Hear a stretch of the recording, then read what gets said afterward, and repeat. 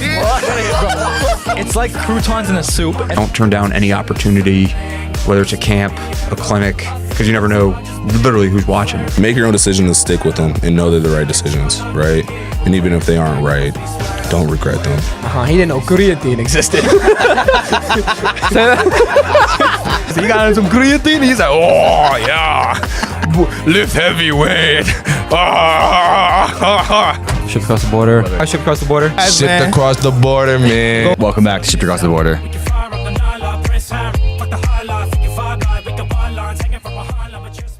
What's up, y'all? Welcome back to Shipped Across the Border. My name is Max. I'm here with Chris, and we have a lot to catch up on. Do we? I think they don't even know I got a bucket yet. I don't know what they know, so you gotta let them know. What was the last episode we did? Addie's. And ours. Yeah. I don't know if we talked about it or not, though. Like, really anything. What was it? What the hell? Let me just make sure we're on the I don't think the Wi-Fi matters, does it? As long as it's just chill. Leave it. All right. So, classes started today. I totally went and had learned a lot. No, my classes start tomorrow, but classes started today. We're back. I mean, I've been back from winter break for a hot minute now. We had, 12 days? We had to be back on the 27th. Mm-hmm. Chris had 7 weeks. Did I? 7? 6, 7. I thought I had 4. While I was out here grinding, Chris was playing Fortnite. Also grinding. I mean, I guess. Where my peanut butter edits at? Where my full boxers at? Yeah, so I don't know. I don't really know how you want to go from here. What do you want? You want to just ask me? It's weird if I just start speaking. Why? Because it feels like you're bragging? Not really. It's just weird. I don't really know how you want to go about it. What happened when I was gone? Elm's basketball. Well, I can't speak. Elm's basketball is 3-2 in 2025.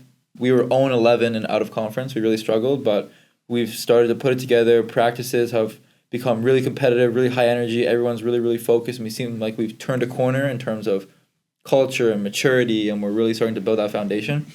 And it's really starting to show on the court. We're 3-2, and which puts us at 8th or 9th in the conference, which probably is definitely a better start than last year. But one of the better starts in GNAC history for our team. We've only been in GNAC for within the last decade, but we have an opportunity to make the GNAC playoffs for the first time in program history. So within the last decade. You guys never made playoffs? In the GNAC.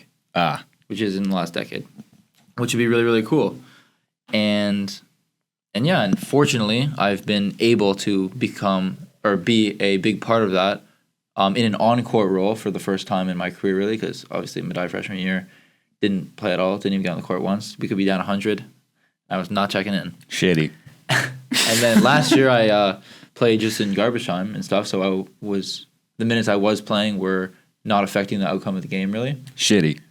All right. Sorry. But now I have an opportunity to really contribute to something bigger than myself I just on the court. realized I wanted to stop swearing and I just dropped the S word twice. Well, you can focus. That was your New Year's resolution? No, because there's a few things that happened when I was at home that I never talked about, but I told you this, my 80-something-year-old grandpa listened to the podcast.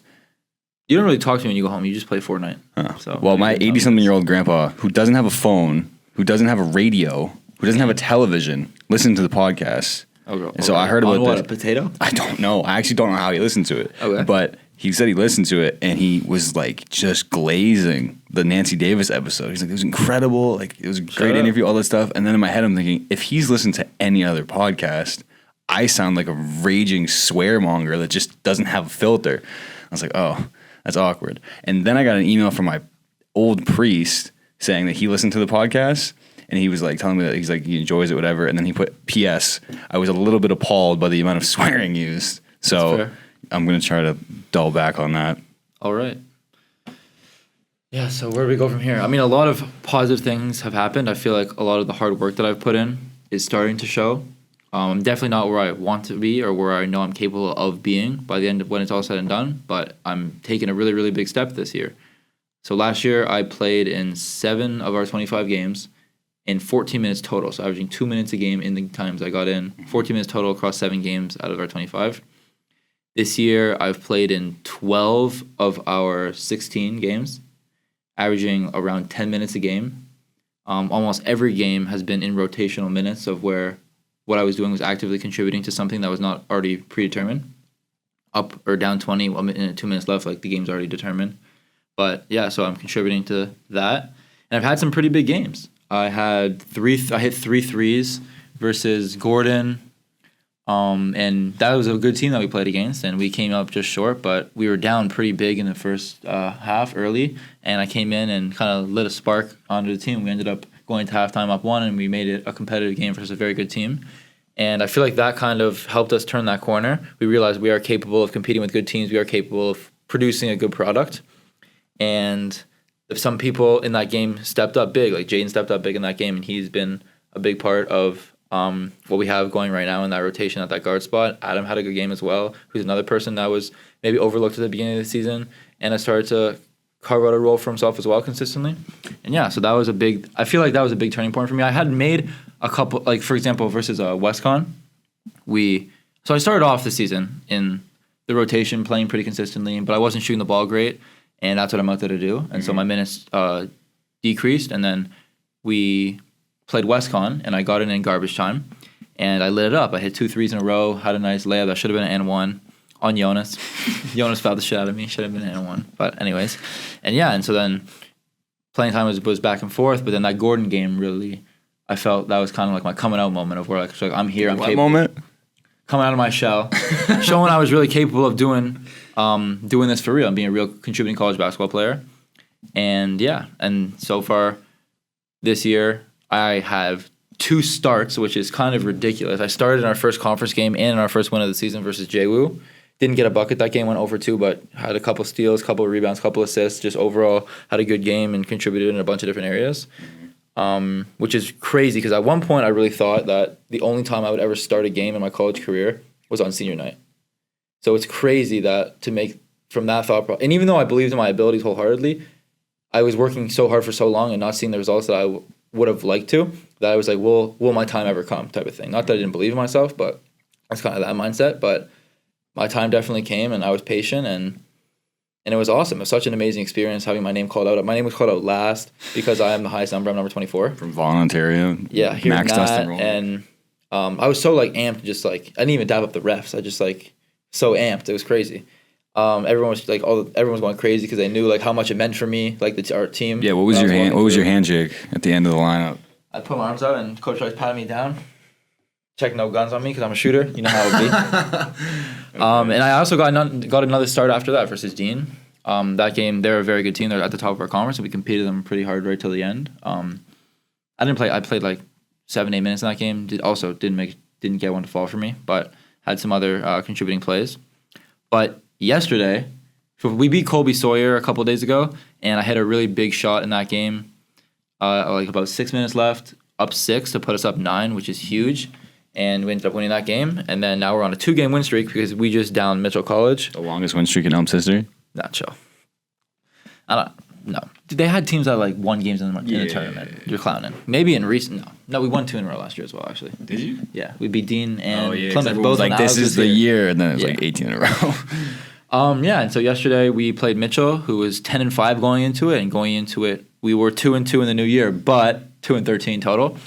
And so no one expected us to really win that game. They've beat some teams pretty badly that we lost to, but we battled our asses off. We had 50 rebounds as a team, and I got in there and hit back-to-back threes in the first half, which was, I don't know if it was electric for you, but it definitely It was electric for me. And so to have a big moment, or I guess back-to-back big moments, so I had another big moment in that Colby Sawyer game.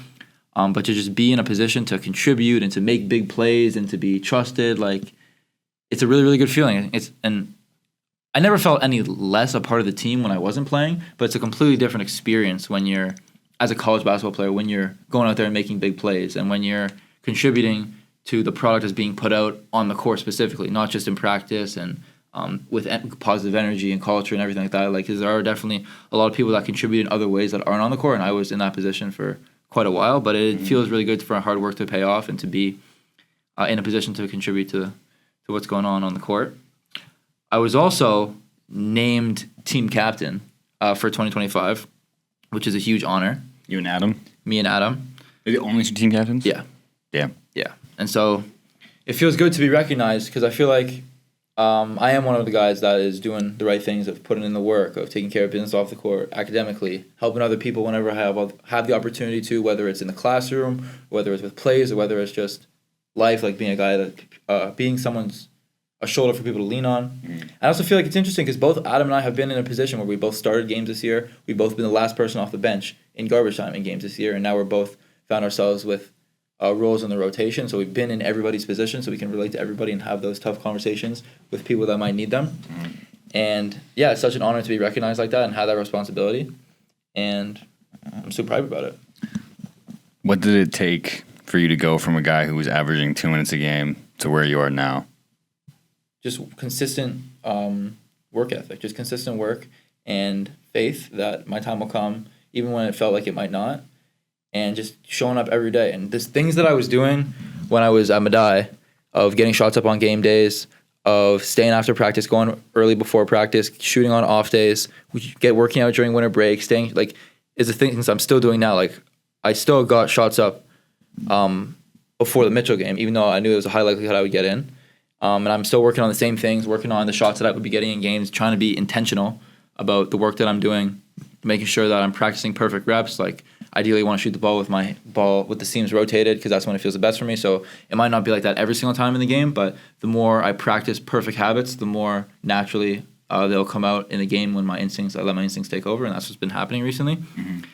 And just continuing to work and continuing to do the same things that I was doing, to keep doing, to continue to build. So just keep working and also being specific and intentional. Is there anything you can recall in the last 3 years that you look back on and go, I'm not going to swear, but I wish I wouldn't have done that?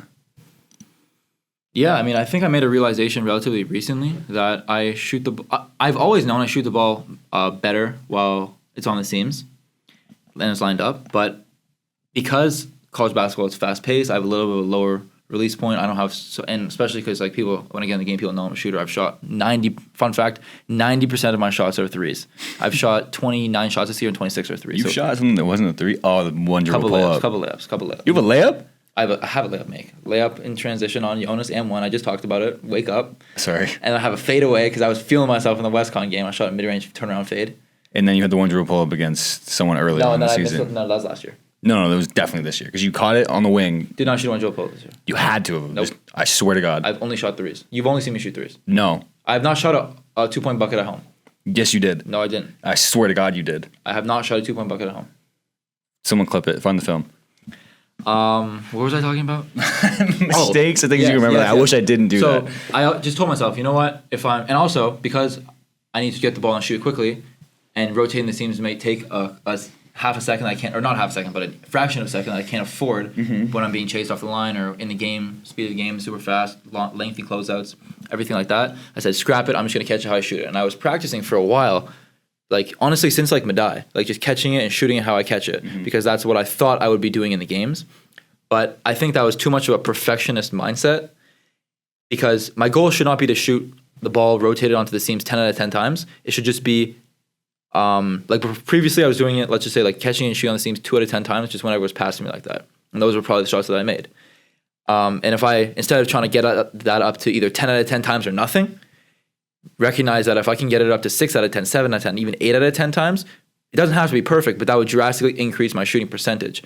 And by doing that, and how I did that is because I'm getting in the gym extra. I practice, we get shots up, we do shooting drills, but also I'm going before, staying after, on off days. Like, I'm getting a lot of non-live reps up of just working out.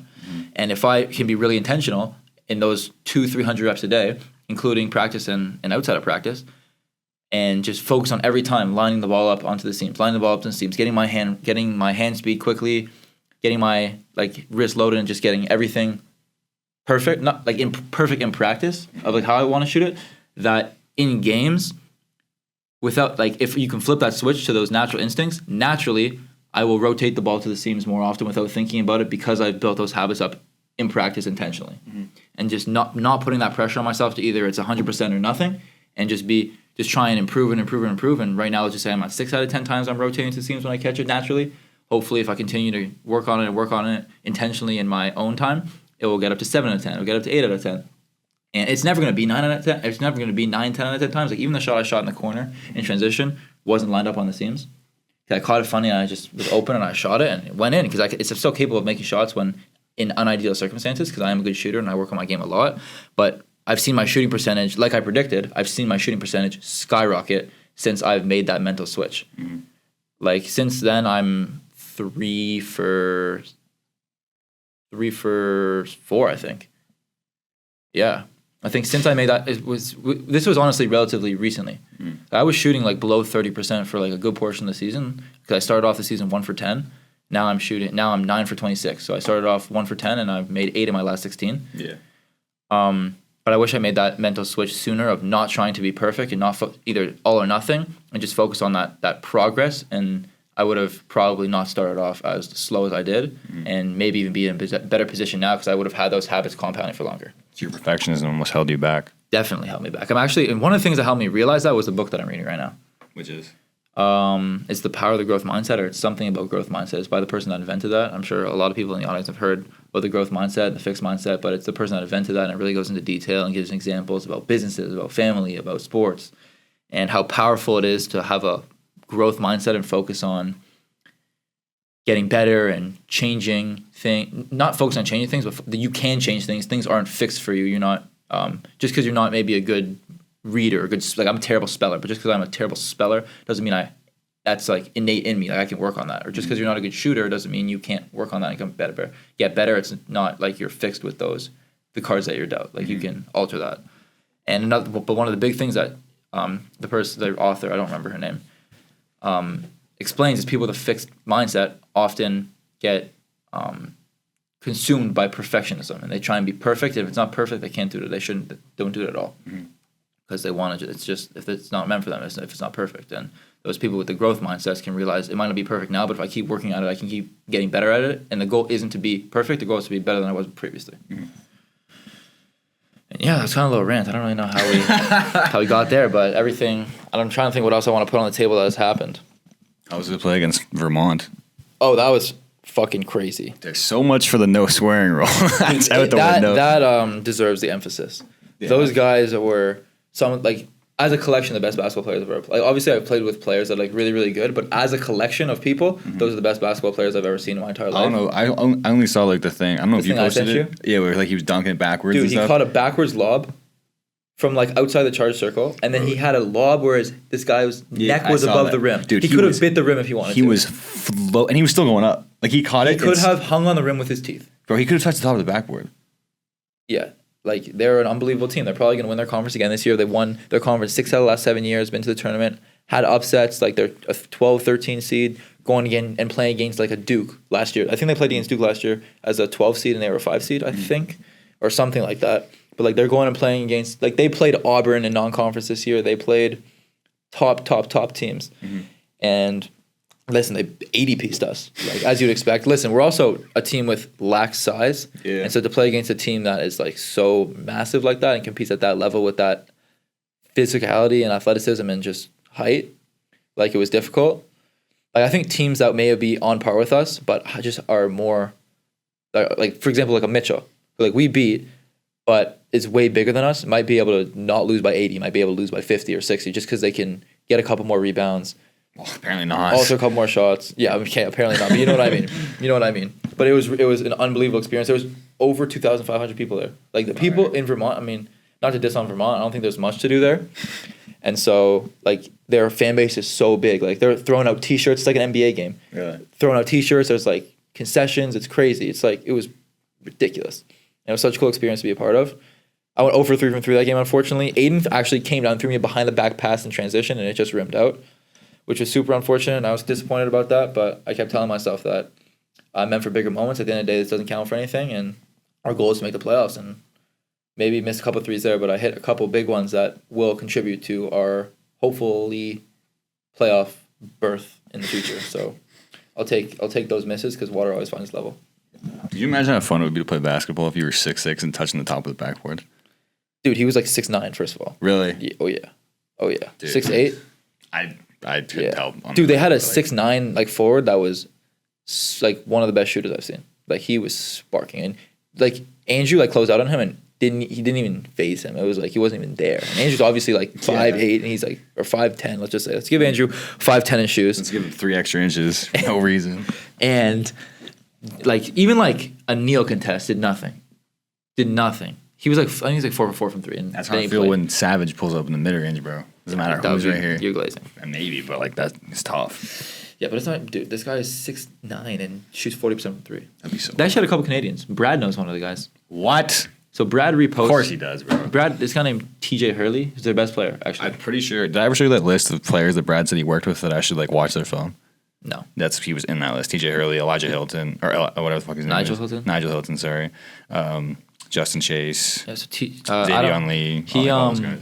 Yeah, he's their starting point guard. He's probably an all-conference guy, Canadian, and he played for Pelham Panthers, I think. I was talking to Jacob Roden. Jacob Roden knows him because he played for Scarborough with Brad, and so I assumed that he would know him. I don't know. I don't know. I didn't ask you. I think Jacob Roden followed him on Instagram. That's why I asked him. But yeah, so it was cool. There's a couple other guys actually. A couple other Canadians. The coolest part is when we were shaking hands after.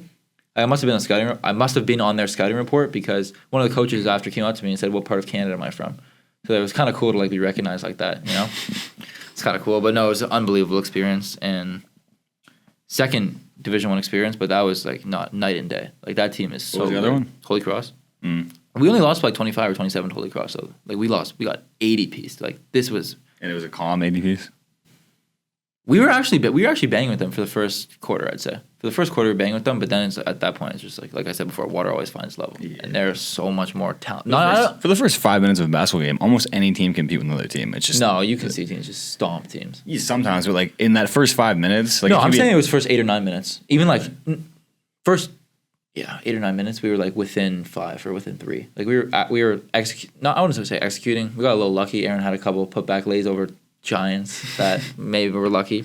But yeah, it was crazy. It was such a cool experience. I'm never gonna forget that. I'm gonna sit on my couch when I'm older with my kids watching March Madness, and Vermont will be playing. I'll be like, I played against that team, and they'll think it's the coolest thing ever. And I think it's like sick. What if they just don't care? Well, hopefully they play. Shut up, Dad. I don't care. Hopefully they play basketball. Back to playing Fortnite. That's your kids. That's the kids that you're raising. That's the dad. That's the kid that you are. Yeah. Fortnite kid. Fortnite's fire though. Fortnite is fire. I played a ton of Fortnite over break. Me and Zach. Dude, we killed quarter of the map, multiple games. Like over 25 kills. How many kills. were bots, though?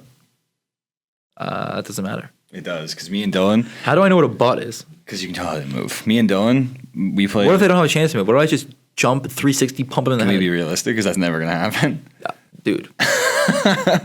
Listen, me and Dill played a duos game. We were going to hop into squads after this because we thought it was that unbelievably easy. We hopped into a duos game, and me and him left with a combined 40 kills. We killed half the lobby. It was all bots. We didn't face a real kid till the end game. The last kid was a real person. Yeah, we had some good games. Fortnite's fun. What did you actually do over your break other than just play Fortnite and eat meat? Possum.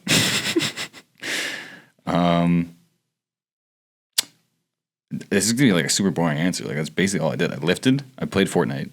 I hung out with the crew a little bit, not really that much. Any sushi?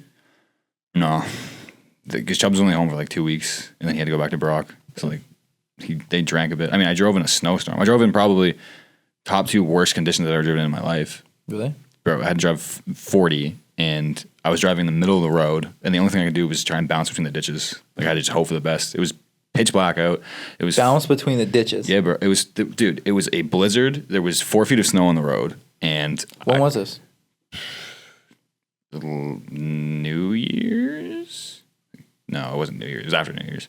You know my birthday? I don't know, but it got really bad, and I was getting like blown around the road and stuff, and I was That's crazy. Actually, it's not blown around the road. It's not actually a possible. And premature. Dude, like I consider myself a pretty good driver. I consider you. I always tell people there's like a list of 4 people that if I could pick to drive me to a hospital in emergency, I would pick you, my dad, Alex Emanov, and Mac. I'm probably gonna get in an accident, but you'll get there. Fuck it. But yeah, dude, I don't genuinely usually get worried when I'm driving, but I was going 40, and I was still worried that I was going to crash into something because there was no visibility, and I was just hoping that I didn't hit something. Well, I had a pretty safe one to break. We only got 12 days, went home for a week, didn't play basketball at all. I said I was not going to play basketball at all. Mm-hmm. Ended up, and I said all I'm going to do is do cardio because 1 week of lifting is going to do nothing for me when we haven't really been lifting during the season because we've been playing so many games.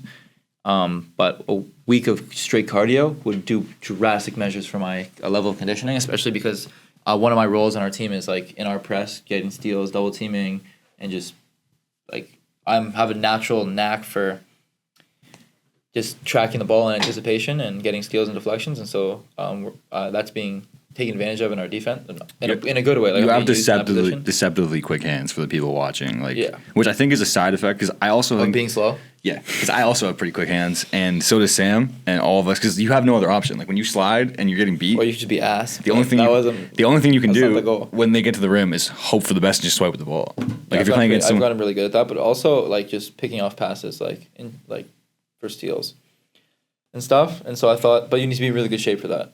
And so I think I'm in decent shape, but doing conditioning every day, definitely felt I was in good shape coming back.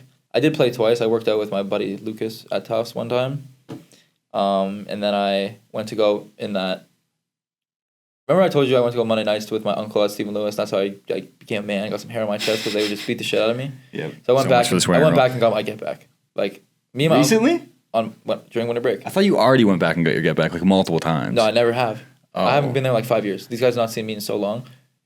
And I won 5 games in a row, and then my uncle dislocated his finger, and then we left. But yeah, dude.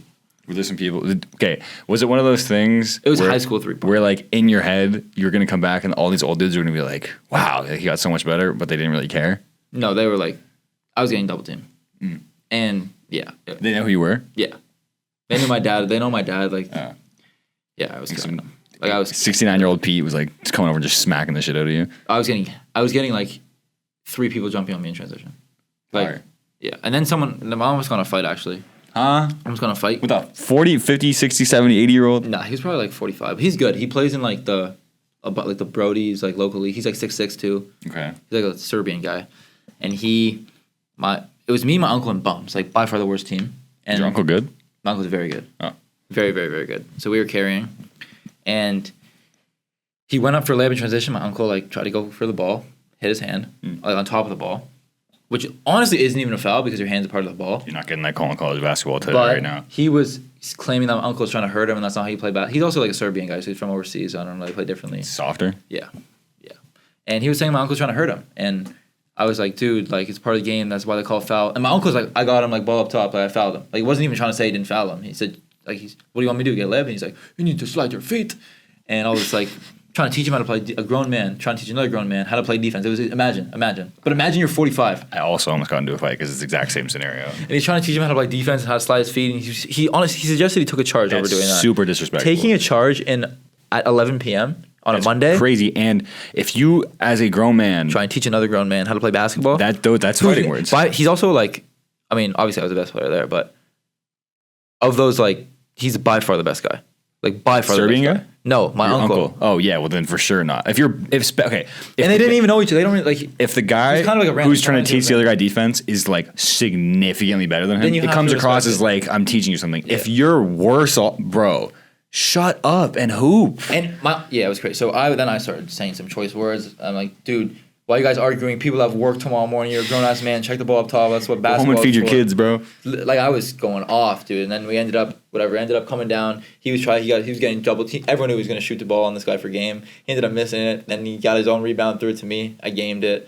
And then after the game, he's telling, come here, I want to talk to you. I want to show you something. He's trying to teach him how to play defense. And I'm like, all right, buddy, you got to win a game to stay on the court. And then got off the court, whatever. Ended up being whatever. And my uncle was pissed, and he stopped playing defense, and then guy beat him, and he like reached behind for like a back tap and smacked his arm and dislocated his pinky. I mean, that's like instant karma. Yeah, and so, Your uncle sounds a lot like me. That's something I would do. yeah. So then he was done, and I'm not gonna go and risk my career to play with old men if I can't lace up with my uncle and terrorize these old men. So called it for the night. You want to find a way to rephrase that. Dude, it was bad. Like I was frying. Like I should be. I mean, I'm a college basketball player, and these guys probably Have play 9 to basketball. 5s and Yeah. kids to feed. Yeah. That's Sam's favorite line, by the way, because he plays in 9 the to 5 men's league. kids to feed? Yeah, he drops that stuff on the regular. Because by the way, for some reason, 45-year-old dudes that play in a men's league have the biggest egos in the world, Well, it's their and they don't want to lose. So something that we played a team, we actually got in a fight this summer in our Brody. Like at the end of the game, we played a team of like older guys, like not older guys, but like higher 20s, and we all play college basketball. And like, but like this is their like season. Like this isn't like I'm just doing this for extra. Like obviously we want to win, but we're just mainly doing this for extra reps, stay in shape, stay in game shape, like game reps. But this is their Super Bowl, and so I'm trying to like after the end of the game, we almost got in a fight with these guys, and I'm trying to like my guys are like going back at them. And I'm like, dude, this is their Super Bowl. It's not worth it. Whatever. Like, these guys take it seriously. Was it a close game? We won by like 12. Like, dude, we won by like 12. This guy scored one layup, starts talking shit and getting in someone's face. Like, that's how it goes. And there was like a minute left in the game. Yeah. Yeah, dude. Sam, when we were home, that little men's league that he plays in, we've like the people that have been there in the last 2 years kind of terrorized it because before we showed up, it was all plumbers and 45-year-olds, and there was this one team called the Raptors. I love how a plumber is like an expression for somebody who's not an old man who's not good at basketball. Yeah. But has no like correlation to that at all. But I know what you're talking he's about. a plumber. Like these dudes work construction, and then they come here afterwards and hoop. And this one team, That's a fire life. this one team, the Raptors, they play every Thursday. This one team, the Raptors, had been perennial champs for like the last 4 years or something. Okay. And then we showed up, and by we I mean like I haven't played in this league ever, but like Sam, Dustin, Braden, all of us showed up, and then they won the chip and took it away from the Raptors. And so I'm watching the game, and these old dudes who think they're hot, S-H-I-T, are talking to Sam. And like Sam gave them 40, and they blew him out by 20. And in my head, I'm thinking like, I don't know why I'm getting so mad, but I want to see. There's a few dudes on the team who are moving like, I'm gonna bleed this, nice. They're moving like they were nice, but Okay. and in my head, I'm going, man, I don't know what it is, but I just want to see you get dunked on or twist your ankle or like injure yourself because no one should be talking the way you're talking right now. You're terrible at this sport, but you've won because of the lack of competition around you. Lack of self-awareness. And now you're getting spanked. There's something about that just bothers me, Lack bro. of self-awareness is frustrating. It's bothersome. Yeah. And I've only seen that with like 45-year-old dudes in men's leagues. It's the only place I've seen that level of delusion. Yeah. I feel like a lot of people who play in like, for example, the Brody or playing other things, like think like, yo, if I have 15 points, like if I'm averaging 15 points a game, I could play basketball in Division 3 out of 6 divisions. Like they think they can play in college. Like I've talked to people that, for example, a guy who cut my hair, the chair next to him was a guy who's a couple years older than me that I always used to play at the JCC with, and he was always a good ball player. Like he always played he played varsity for like all 4 years at their school because they didn't have a junior team, and probably could have played in college somewhere maybe, but he was a couple years removed, just playing men's leagues, cutting hair, like living life. And when I went to get my hair cut, this was like maybe a year ago or 2 years ago, I was playing in college at this point, and he was like saying how like he's getting buckets in this men's league, and he thinks that he can go toe to toe with any college player in the country, or he can go toe to toe with anyone who plays basketball in college. And like, yeah, bro, I like put the fries in the bag, you know what I'm saying? Yeah. But I didn't actually say that. But in my head, I'm saying that. But it's like, dude, people don't understand. Like, beating the shit out of someone shitty does something really weird to your confidence. I think that's Like, in your that's ego. got to be. It's definitely parallel throughout life, but like this is just the Brian Scalabrine Like thing. big fish in a small pond is so poisonous. I think you know what bothers me. This is like a weird thing with like psychology and stuff, but like I wish I knew the quote, but there's something along the lines of the things that bother you about other people are things that you don't want to see in yourself or things that you've like overcome that you're now seeing manifested in other people. Yeah. And so like when I left my small pond and got waxed and then came back a different person, I was like, oh, I'm not that good at this sport. I actually got to put in work and then get up to the level that I should be at. Now when these people who haven't had that realization moment start doing that, it should be pity, but it's anger because I've already done that thing that they're talking about. Yeah. I think that's also one of the things that's like so good about the Vermont games. You get like an 80-point ass whooping. It's just like to sometimes whatever. For example, like maybe I'm feeling good. Yesterday I hit back-to-back threes, made 3 of my last 4. Like my shot's feeling good today. Like whatever. But then you can think back like we lost by like I've seen what. Not to say that I'm not a good basketball player, but like I've seen what great basketball is in person and played against great basketball and a level technically 2 levels above where I am, and it just instantly humbles you. It instantly puts you into perspective of like just gotta keep putting one foot in front of the other and just being the best that I can be because you focus on that because like not trying to be bigger than you are because that will instantly losing by 80 and seeing those guys that those aren't even the guys that would make the NBA. Like it would be really rare for a guy from Vermont to make the NBA. So if you even think about how good those guys are, but just seeing that level of talent of guys the same age as me or younger than me, or just being that good, that physically dominant and just really puts it in perspective and humbles you a little bit. Isn't it the Dunning-Kruger effect where someone learns a little bit about a subject and then they start trying to teach the expert, and then the expert has to be like, oh, I don't know, I wish I fucking knew this. But it's like you learn a little bit of a subject and you get like sort of a God complex that you think you know everything, but you actually don't even know enough to know that you know nothing. Pretty sure that's what it is. I had a moment like that. So this summer, working, made some money, started investing it. Investments were doing decently well. I invested in S&P 500. No fucking shit. Like, not the most like, oh, I found the best investment in the world. You didn't want to go with Dogecoin or? No, but I invested in some safe investments that my grandfather, my dad told me to invest in, and I thought I was hot shit and I knew everything because I was learning a couple of different things. And then I'm talking to my friend Jamie Kibble, shout out Jamie Kibble, and about investing. And at this point, like, I mean, listen, I'm self-aware enough to know I'm not a stockbroker, like I'm not like an investment banker, but I think I know like a lot more than the average person my age. Sure. And we're having a casual conversation. He's dropping things that I couldn't even fathom. I didn't understand. He's explaining to me that before he buys a stock, he makes a 3-step model of income statement, balance sheet, statement, and cash flow and then he combines them with his own metrics to say, is it a good or bad investment? And he's so far advanced in this that, like you said, like I thought I knew a little bit and I thought I knew a lot, and then had an interaction with him that immediately humbled me of like, I actually don't know shit.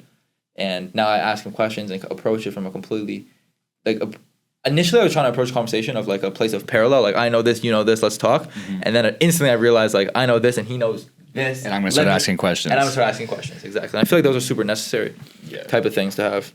But I feel like people don't seek out that enough. If you really want to make your head spin in terms of the stock market, you should go like, just hop into a Reddit forum with people who day trade. And look at the formulas and start trying to understand. It's also like I was taking an investment class and like we're learning. I mean, listen, it's the first investment class I've ever taken, so I guess it's pretty basic, and I was doing really well in that. And then a couple of my investments are going, and now I think I'm Wolf of Wall Street. And then I was just completely humbled by that conversation. Yeah. And I thought that related to what you were saying. Where else could we go? We could talk about the effortless and effort thing. You mean your book? Oh shit! Actually, with the author. No, I'm thinking about writing book, short story, something of scripture. Scripture? Well, is that not just writing? I'm pretty sure scripture is like ordained by an entity of higher power. That's like 15 words that I don't know. Like I'm pretty sure scripture means that it came from something that's above you and more powerful. So you're implying that like you're giving scripture. This is like a gift to the rest of humanity, the thing that you're writing. It might be if it gets that. I'm fucking with what I got so far. No, I'm playing. I guess I don't necessarily want to call it a book. It's shorter than a book, longer than a story. Mm-hmm. A small short story. Not a short story. Let's call it a book. My mom always said like my basketball career path has been so inspiring just for like the little guy who like doesn't really give it much in a sense and works really hard to achieve something. Like, and in obviously like I talk about like being a clumsy, white, Jewish, short-ish, unathletic guy, and being able to turn those non-unideal those unideal cards into being a college basketball player, which was not foreseen by literally anybody. Sure. But the way I wanted to do it, well, first of all, I'm big into journaling. Like I journal every single day. I journal about practice, about games, what I do well, what I want to work on. It's been a big part of me and my journey, my success in basketball. And so I kind of wanted to format it in the sense of like following my basketball career through journal entries. So I'll have a couple of journal entries in each chapter, and chapter 1 would be like high school, chapter 2 would be like prep school, chapter 3 would be Madai, chapter 4 would be Ellen, whatever. I haven't really. This is in the very, very, very pre. All I've written down is the introduction. It's very rough draft. Very rough draft. And I haven't even written any of the actual journal entries yet. I just jot down a couple key moments, highs and lows that would make for a good story. Well, no, it's true, but would make to emphasize the point I'm trying to get across. But what I did do is I wrote the introduction, which kind of came to me when I was reading this book talking about the growth mindset. And the main thing I talk about in that, relating that to my basketball career, is the difference between effort and effortlessness. And I don't know how I want to convey it. Like, should I just read it? I think that would do the best. If that's what you can't. Cause I mean, honestly, I can get my computer. I can get my phone. I'll just explain it. Basically, one of the biggest things in the fixed mindset is trying to be effortless and trying to be a natural. And if you're not a natural, you're not effortless, and you're not a genius, then it's not for you, and you shouldn't spend time doing it. as opposed to a growth mindset would be a person who recognizes they might not be the best at this now, but recognizes that if they put in enough work, they could be good at it in the future. And I think that one of the reasons I have trouble saying that I have had a successful basketball career because I don't think that I am in a successful college basketball player yet. But I think that the story that I've created, if it ended now, could be looked at as a success from where I came from to where I am now, if that makes sense, in a humble way. But one of the reasons is because of effort. I feel like I've always been a person that just puts the most effort in, whether it's in practice, whether it's in school, whether it's just showing up early, showing up on time, and everything is just the main thing that that has been consistent, which has allowed me to be in the position I am now, is the effort that I have put in. But I feel like one of the things that is really glorified in the basketball community is effortlessness. And so the title of it is, I'll say the title of it. No, it's called The Plague of Effortlessness. That's what the working title that I have now. And I feel like effortlessness is just that. It's a plague. It's a facade. Because people don't realize, like, for example, something that I use in the introduction is like LaMelo Ball, and it's mesmerizing to see him dribble the ball and weave in between people like they're cones and do some miraculous move, shot, layup, whatever, and it looks so effortless and so natural. And yes, he is supernaturally talented. But he's been doing that since he was tiny. But they don't see the work that goes in behind closed doors of that dark gym in Chino Hills at 6 a.m. That went into that. And people get so infatuated with being natural and being effortless that it's almost like corny, or you're looked down upon if you put in effort. Because then, like, it's not as cool. It's not as, I don't really know. You're disqualifying yourself from being naturally gifted, because it's like, I mean, I have this happen with me too, because I think I'm a pretty intelligent human being, but, and this is by no means a genius, but I'm pretty sure it's called a genius complex, where you actively avoid learning certain things that make you feel stupid because you're so used to understanding things right away. That's exactly what they talk about. And it's like people who have a fixed mindset would rather do something easy to reaffirm that they're smart than do something difficult to gain intelligence. That would actually improve their life. And actually improve their life and improve their smarts. Yeah. And I just think in basketball, being effortless and being natural is so put on a pedestal. And players who play effortlessly and or come across as they play effortlessly and naturally are really, really put on a pedestal. And for me in my career, it's literally been the quite opposite. Like in the intro, I talk about how like I was bumping into walls and to my little cousins, tripping over my own feet when I was a little kid. And I just have had to put the most amount of effort possible into everything that I've done in order to be successful, because I am not naturally talented at really anything. And the only reason I've been have a 4.0 is because I put work off my ass in school and I do everything right the moment it gets assigned to me before, so I don't procrastinate it. And basketball-wise, like not naturally gifted athletically. IQ-wise, not naturally gifted. Like, are you sure about that? Game, you think I have a naturally gifted IQ in basketball? Oh no, but I thought you were saying like you've got your IQ tested and it's like below average or something. Oh no, I'm not saying that. I definitely don't think I have a below average IQ. I'm talking about basketball. Like I don't have, like Mac, for example, has an unbelievable feel for the game. Yeah. Or like I don't have that, and so everything I've had to do is effort based. And that's also, like, for example, one of the reasons why I'm on the court, because I was shooting 10% from three for the first however much games of the season. But the reason why I consistently was able to carve out minutes for myself was because, like we talked about, anticipation and effort to make plays and dive on balls and deflect passes out of bounds, effort to go and crash the offensive glass, the defensive glass, or the box out, right? And so it's kind of puts me in a cool position to think like, or to inspire other people who are dealt similar cards physically that I was, and to still be able to make a success story. I called it The Plague of Effortlessness, a small success story built off decades of compounded effort. And I think those are the words. But we'll see what happens with that. I think it's a really cool concept. I don't plan on it being done like now. I want that to work on that. I'm still building the story. Like I'm still living the story, and I want to build that out. And maybe a year, 2 years after I graduate, after I hang up, whatever I decide to do, post-secondary, be able to write that and have not only obviously put that as a book to inspire other people, but to have a documentation of my journey would be a really cool thing to have. Do you actually plan on publishing this and selling it? Depends how content I am with it. Selling it, I mean, if people want to buy it, that would be like the coolest thing in the entire world. Mm-hmm. But publishing it would be depending on how confident I am and how the reviews I get from friends, family. But yeah. So that's kind of cool. But I kind of wanted to. I thought that would a premature. That's obviously not the. I don't know. It is the point and the thesis of the story and of the book, but I think could be good content for the podcast as well for the listeners that are listening now, who need this information now and not in 2 years when, let's just say, everything goes according to plan, and it would be amazing to publish it. But yeah, I just wanted to talk about that and not instill that knowledge, but bring up that discussion point. I have a question. During the course of your basketball career, because you put in all of this work, did it feel like work or did it feel like play? Both. There are times where it feels like work and there's times where it feels like play. Which one is it more of? I think it's pretty, maybe 60% play, 40% work. Okay. Like, I mean, it's always work. Like, it's always I'm going in with intention. Well, to other people, it seems like work. 'Cause this is what I was getting at. It's like I just finished reading Naval Ravikant, and one of his, like, he's billionaire, CEO, investor, all this stuff.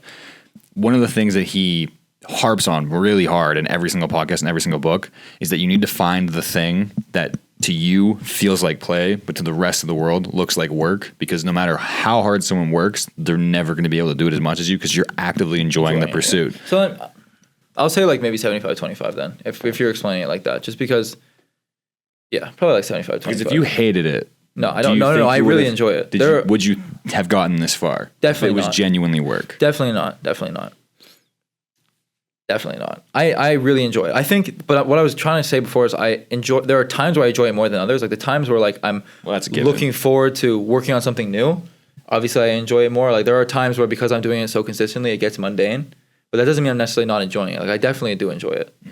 There are times where I don't want to work out and I have to force myself to because I know that it will benefit the future me, and I know I'll be happy I did that, like in the future. But I do enjoy it a lot. Like I enjoy getting shots up in an empty gym or with like one of my like highlights of the day is when me and Angel will go form shoot, talk some shit, mess around with each other, but also just spill a tea and then just get shooting and compete against each other. Just what's going on campus, what's going on in our lives. Just chop it up and then get to work. But yeah, I definitely enjoy it. I enjoy it, yeah. And one of the things, sometimes honestly, it's more enjoyable than the actual product itself. Like obviously, like there's nothing that compares to like going in the game and hitting back-to-back threes to put my team over the other team at the end of the first half. Like that, like in them calling a timeout after I hit the second three in a row, crowd going wild, everyone like that. There's nothing that compares to that.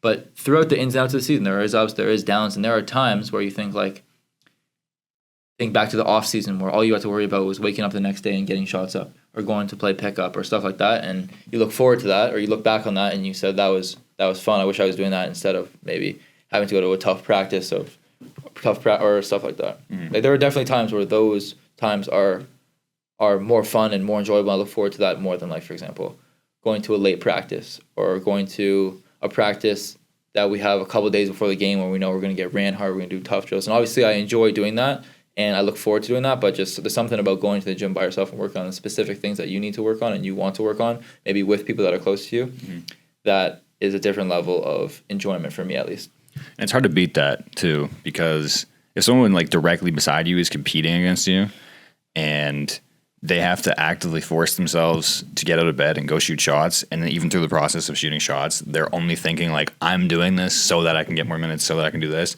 and they're not actually enjoying the process of doing it.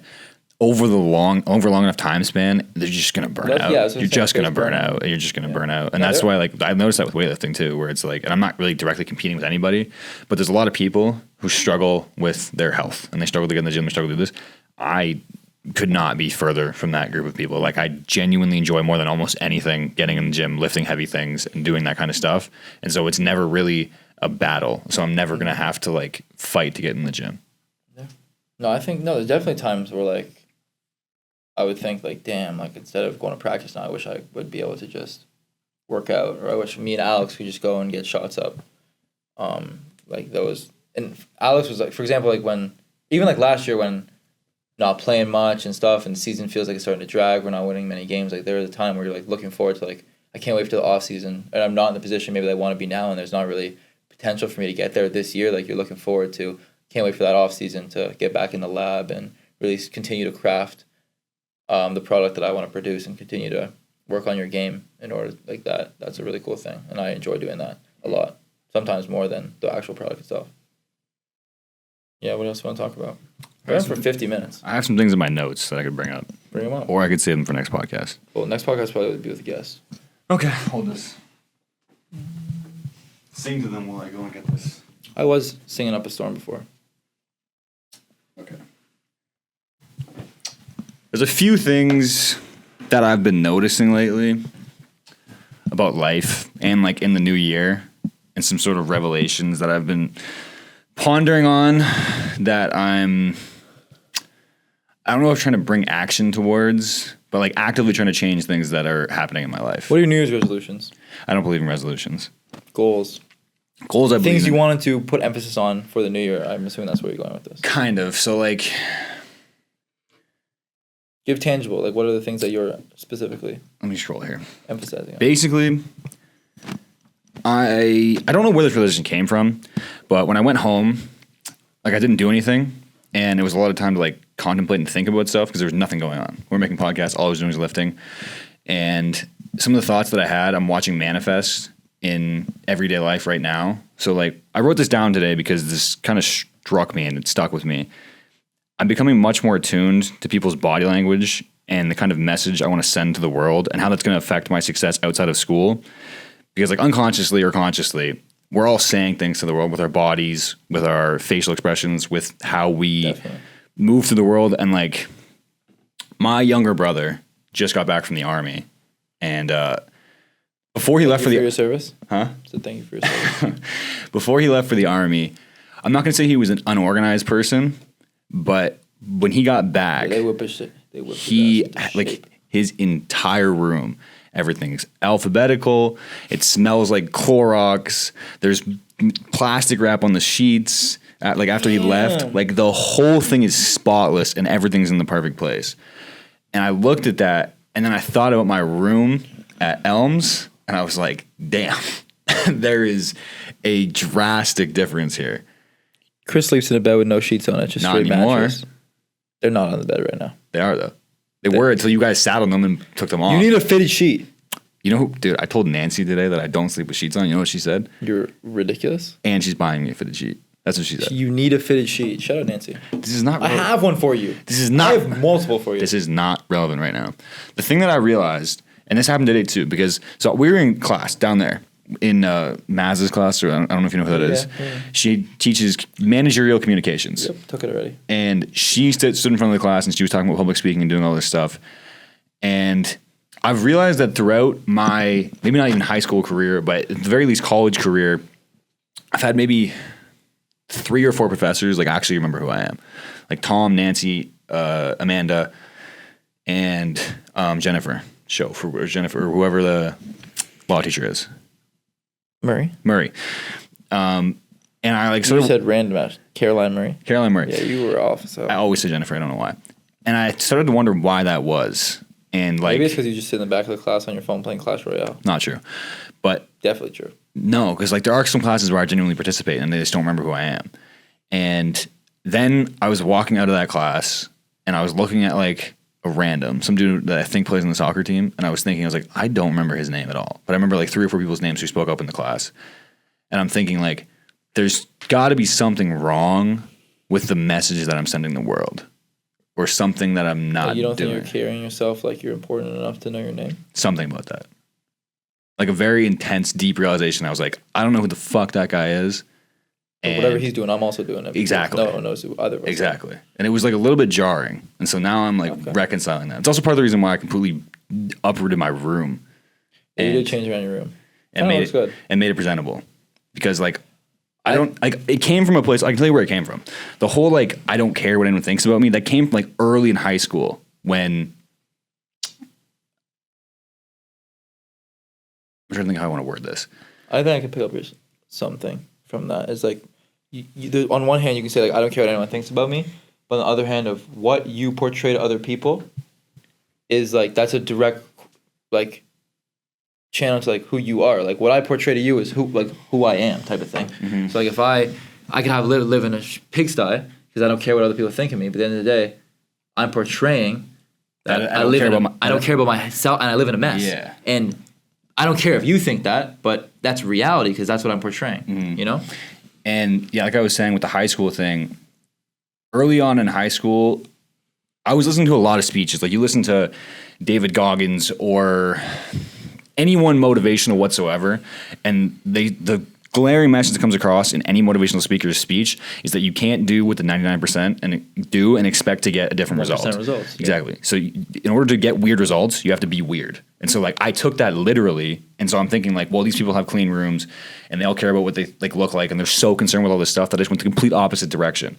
But I may have gone too far. It's like the perfectionist thing that I was talking about before. I may have gone too far. And so I'm like reconciling that in the new year and trying to bring more active attention to how I portray myself in the world, which is weird to say because I've always thought of myself as somebody who like Doesn't give a shit about disregarded that thought entirely. Yeah, I understand where you're coming from. It's like, well, there's a line between what I portray to you and what I actually am. Mm-hmm. You know what I mean? And it also struck me during, because Mazza was talking about what happens in meetings, and there's a lot of thoughts that were hitting me at once. Like Jordan Peterson and all these people talking about what happens in the career field, and when you get a job, if you show up late to a meeting, how that portrays who you are as a person. And it's like, well, I don't care if I'm late. It's like, yeah, but the boss, that's going to directly impact how he views you as a person and how organized and how all that stuff is. And so now I'm like reconciling a lot of my personality, and it's very weird. It's very, very weird. Well, I hope you are successful in that journey. But something that I can relate to that is something that we were talking about before is there's two pretty good metrics of you can tell who somebody is as a person. Okay. And it's one, how clean their room is / what the room looks like. Sure. And two, if they put a shopping cart back at a grocery store. I was 1 for 2, and now I think I'm 2 for 2. I think the room thing, and we talk about this, but like I make my bed, clean my room before I go to practice every single day because I strongly believe that the space that you live in is a direct correlation to your mental space and your mental clarity. And if you have a messy room, you'll have a messy mind. Mm-hmm. And if you have a clean room, you'll have a clean, focused, and be able to think with clarity. And that's really important to me. And so I do try and, especially because also my room is a little bit smaller. I live in a smaller space. It gets dirty quickly. And so I'm constantly picking stuff up, putting things away in order to preserve that clean space to hopefully translate that to a clear mind. Mm-hmm. And then two, like you said, like the shopping cart thing, like I don't care. I'm just gonna put this like throw the shopping cart out of Walmart. Like this is their job. They're getting paid to do that. Like it's not my responsibility. Like that's what you could think, and I don't care what they think of me. Like they could think I'm an asshole, but like whatever. Mm-hmm. But like, well, you don't care that they think you're an asshole. You think you're not an asshole, but no one thinks they're an asshole. But not taking the 30, 20, 10 seconds to make someone else's life easier, like you're an asshole. And you may think that I don't care if they think I'm an asshole, like I was saying before, but what's the line between you, I don't care if they think I'm an asshole and I am an asshole? It's also a line between like the self-awareness thing. If everybody did that, there'd be no room to park your car. Yeah. So there's like a self-awareness there. There's a lot of things in that. I think I watched it. You obviously know who something wellness, whatever his name is. Yeah. Higher up wellness. He has a list of 8 things that he won't interact with these people or make them a close part of his life if they don't do these 8 things. One of them was a shopping cart thing. Another one was tipping. Yeah. Another one was giving money to homeless people. Another one is taking care of your health, like at all. And then there's like a bunch of stuff like that. And I think across the board, up until you said the room thing, I'm like probably 7 for 8. Like I always give money to homeless people, not to like brag or anything. No, you but definitely like, do. just like as a genuine reaction. A couple of people I know that, a couple of people actually close to me. That you, Alex, like will never like. I'll try and give, to be like being transparent. Like I'll give money to a homeless person, but mainly if it's convenient.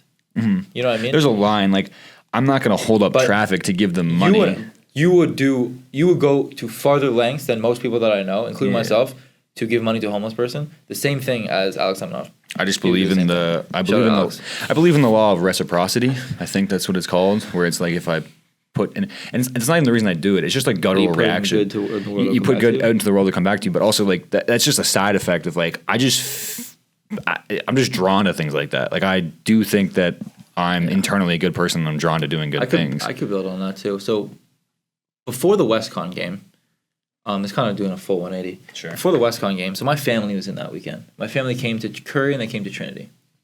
And then we played WestCon on the Sunday, but they had to go home because obviously they go home on Sunday, work on Monday, whatever.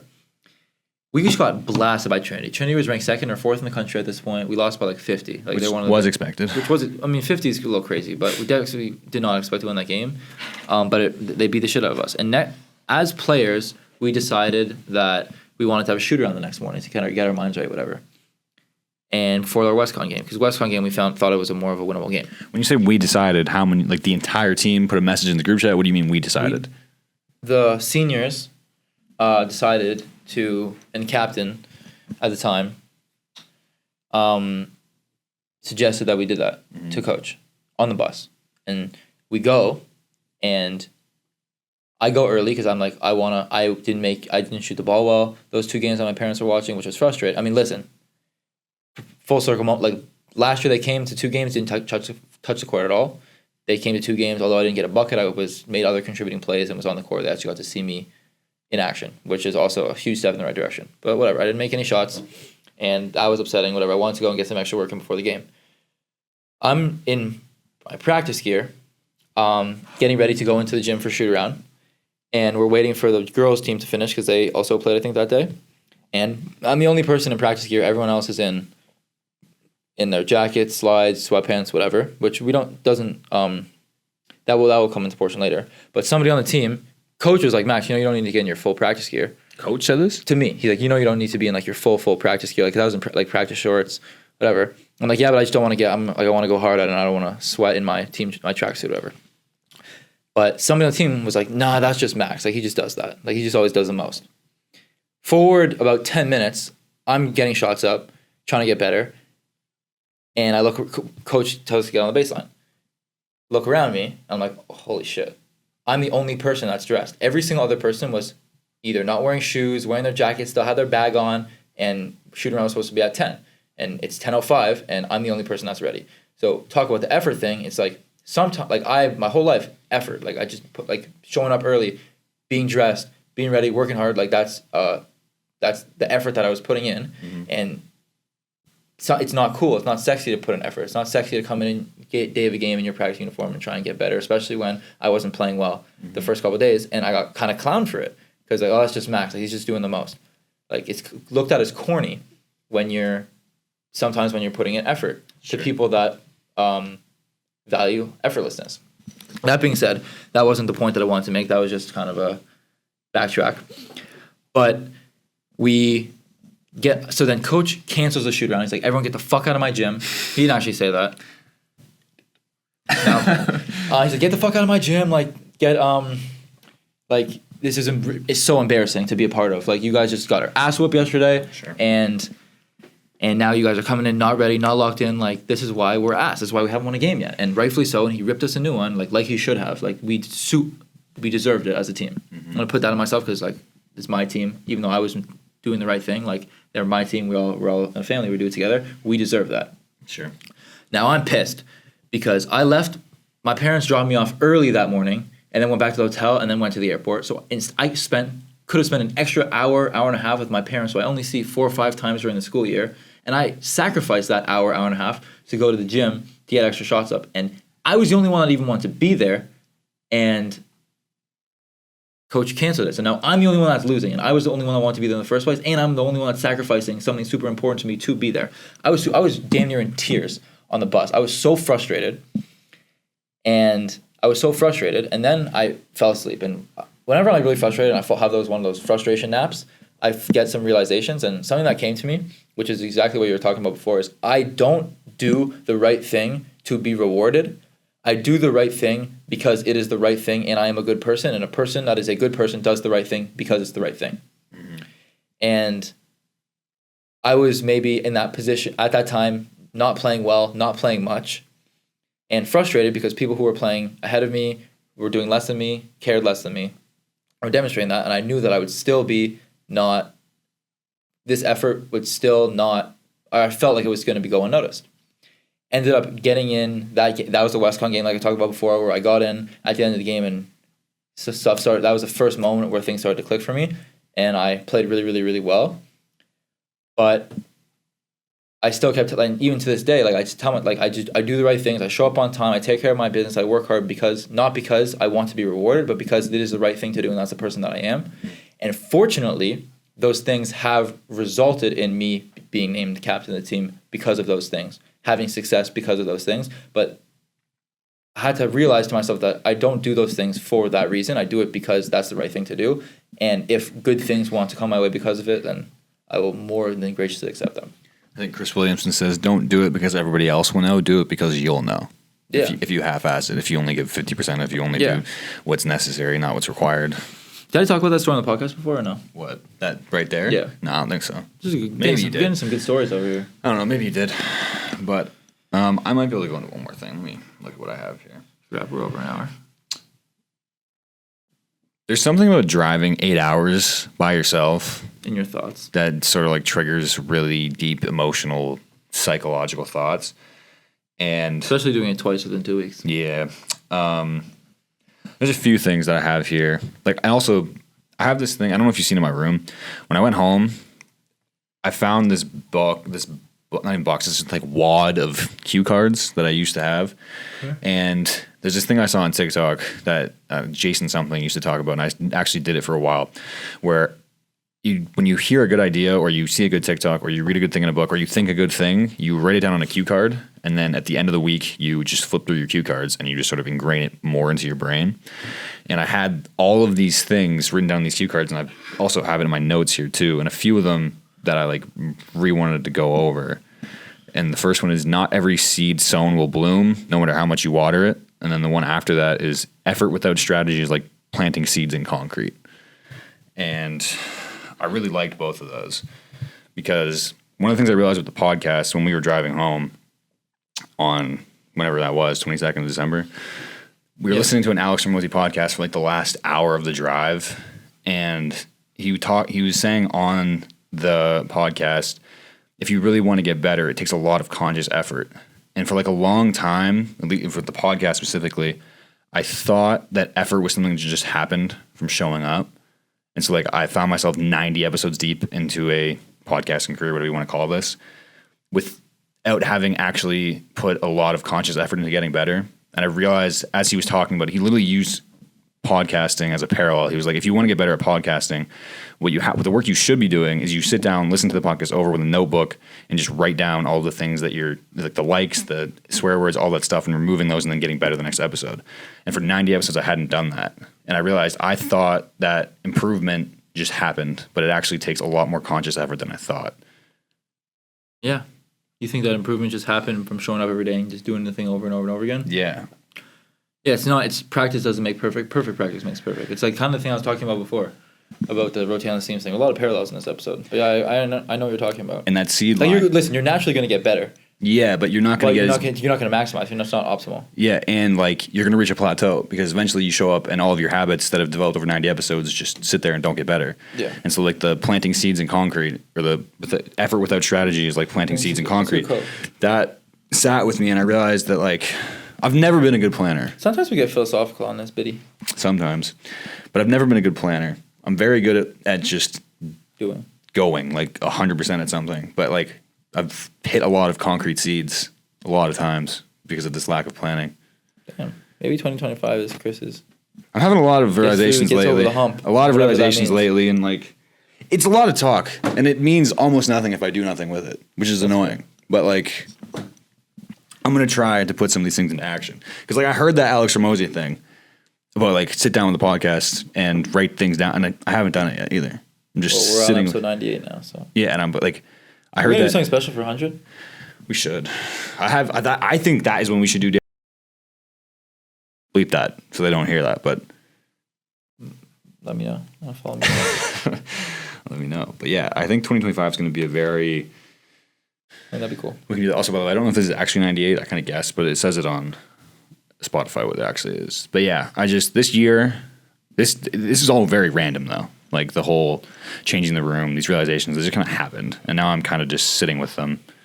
And I think this is going to be a different year, in the sense of like I'm going to move some pieces around. I think this is going to be very, very different.